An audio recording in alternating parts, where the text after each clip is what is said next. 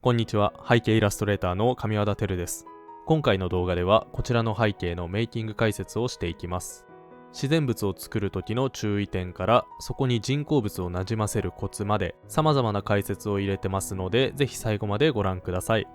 それではメイキングの方どうぞ。まずはブレンダーでの作業を始めていきます。いきなりですが、メインとなるモデルを別の作品データから持ってきました。今回の作品は過去に作ったこちらの作品の続編的な立ち位置ということもあり、その時に作ったモデルをそのまま使っています。3DCG をやる上でデータの再利用は大きなメリットになりますので、こういうところで積極的に活用するようにしています。オブジェクトの用意ができたので、カメラも動かして大まかな構図を決めておきます。合わせて仮のワールドも設定しつつ、スケール感の目安となる樹木も配置しておきます。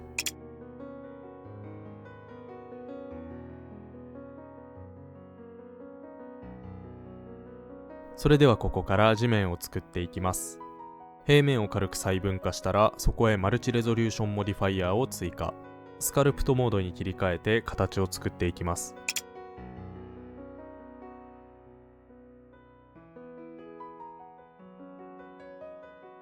今回は川が流れている地形なので、その部分のくぼみを掘っていきます。そのままでは作業がしづらかったので、平面を追加して掘った部分が見えやすいように工夫をしています。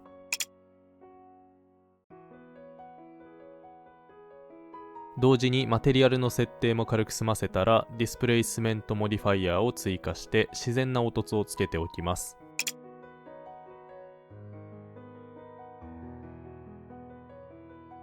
仮に割り当てていたワールドを削除して待機テクスチャーに切り替えました。カメラの画角も調整しつつ、メインのモチーフが目立つようにワールド設定やオブジェクトの位置も変えていきます。ここで歯車などの周辺パーツも移動させて大体の雰囲気を確認しています。続いて川と地面の境界に岩を置いていきます。複製して増やしていますが、リピート感が出てしまわないようにランダムに角度を変えておくことを意識してます。次に地面に植物を生やしていきます。アセットの花や雑草のモデルを用意したら、ジオスキャッターのアドオンを使ってこれらのモデルを地面に散布していきます。この時にも植物の向きや大きさがランダムに変わるように設定をして自然な見た目にしています。地形が平らすぎると感じたので、右奥の方を盛り上げて見た目に変化をつけました。合わせてオブジェクトも調整しています。樹木の方も複製していきますが、この時にも角度や高さを変えて単調な見た目にならないように配置していきます。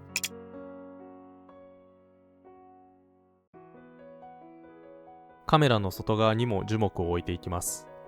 樹木そのものは見えませんが、影が入り込むことでよりシーンに広がりを与えてくれます。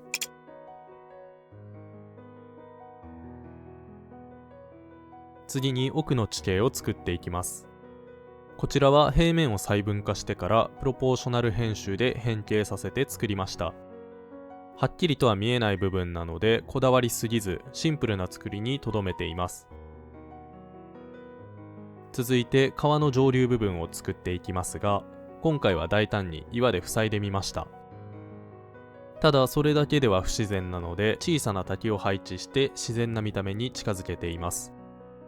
滝はカーブに幅をつけて形を作ったものにノイズテクスチャーを引き伸ばしたマテリアルを割り当てています。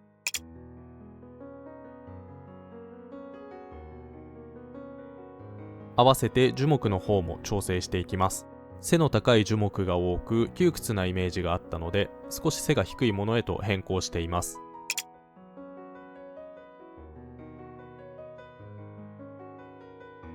川の周辺ですが、こちらはメインのオブジェクトにかなり近い場所になるので、目立ちすぎないものを置くように意識しています。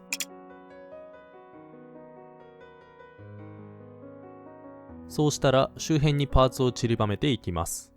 この時もメインのオブジェクトの邪魔にならないように意識しておいています。また地面や他のオブジェクトに持たれるように置くことで存在感がありつつも主張しすぎない見た目にしています。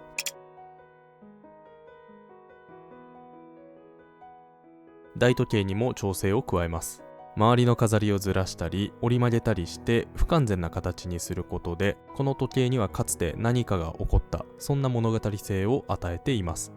文字盤のパーツも傾けたりしてより説得力を持たせています。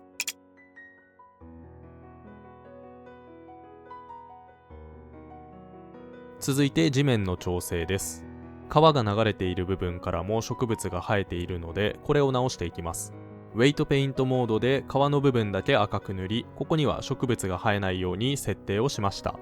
地道な作業ではありますが、クオリティに直結する部分なので丁寧に塗っていきます。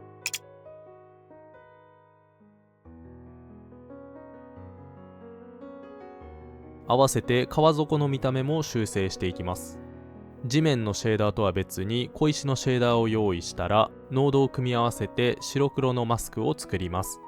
マスクは一定の高さを境に色が切り替わるようにすることで、川底とそれ以外で分離できるようになっています。このマスクを係数として2つのシェーダーをミックスすることで、川底だけ見た目を変えることができます。続いて小さめの植物を配置していきますが、こちらはあえて大時計の周辺に置くことで大時計のサイズ感を強調させています。合わせてガラスのような透明感のあるオブジェクトを追加してシーンに彩りを与えています。最後に花の色を調整していきます。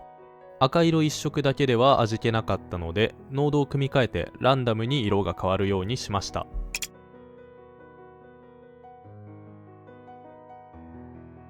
ここまでできたら、この後の調整で使う線画とコンポジットの設定をしてレンダリングをすればブレンダーでの作業は終了です。ここからフォトショップでの調整をしていきます。まずは空の色味を軽く整えてから遠くに見える風景を追加していきます。山脈の画像を用意したらブラシで形を整えて違和感がないように配置していきます。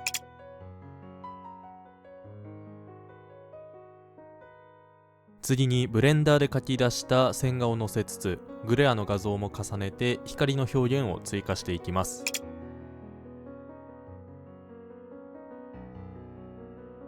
そこからベースの画像も色味を調整したら、今度は奥にかけて白く霞んでいく空気遠近の表現を付け足していきます。この時もブレンダーで描き出した Z 深度の画像をマスクとして使っています。ここから雲ブラシを使って雲を描き足していきます。標高の高さが伝わるような柔らかい雲にしようと試行錯誤してます。ただうまく表現できなかったので、一旦後回しにして川の調整を行いました。合わせて光が当たっている部分にエフェクトを追加して雰囲気を強めていきます。地面の近くにも霧を追加しています。最後に後回しにしていた雲を描き直して光の表現も整えれば完成です。大時計の神秘さと澄んだ空気感が伝わってくる風景に仕上がったと思います。